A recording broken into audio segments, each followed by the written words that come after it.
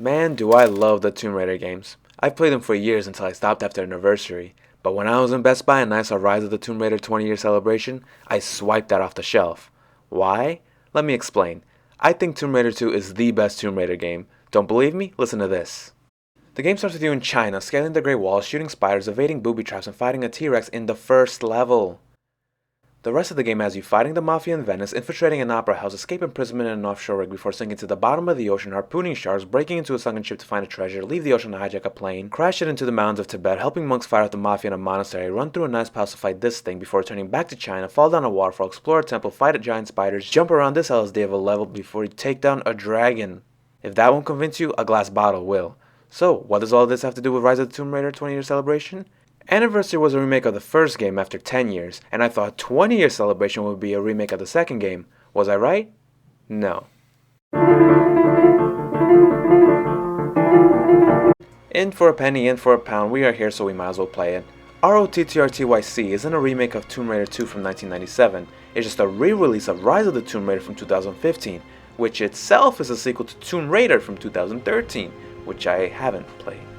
Sounds like I'm putting off playing this. I mean a little bit. I just really wanted to play Tomb Raider 2. ROTTRTYC starts with us climbing a Mount Siberia with our friend Jonah. But what happens when you're on a snowy mountain? An avalanche kicks in, stuff around Lara falls apart, and we are separated from Jonah. Flashback reveals that Lara is searching for a lost city to honor her father who drove himself crazy over. While searching for it in Syria, where stuff also falls apart around her, we meet the bad guys called Trinity, a cult after the same thing. And now we arrive in Siberia.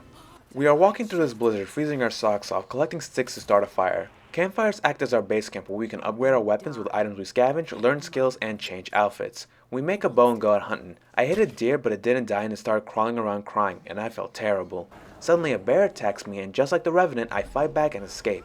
Lara devises a plan to collect mushrooms to create poison arrows to fight the bear, but then Trinity enters the vicinity and we are forced to sneak around and stealth kill through the soldiers. Now at this point I will mention that clicking R3 activates Lara's survival instinct, where the game shows anything I can interact with, items to pick up, or just the general direction I should be heading towards. I pass the cave with the bear and Lara tells me to go into the cave to draw out the bear. I think that's a bad idea. I sneak in and prepare my shot but the bear sees me and I panic.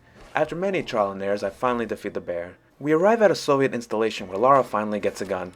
Not her famous duo though. From here it becomes a choice whether we can be stealth killing guards with the bow or go guns blazing and awkward third person aiming. You know, it was at the Soviet train station that I noticed that this game is very beautiful. Don't let the footage fool you, this game is really pretty.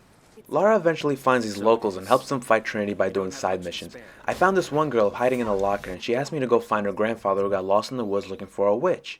So I decided to be a good Samaritan and go search for her grandfather.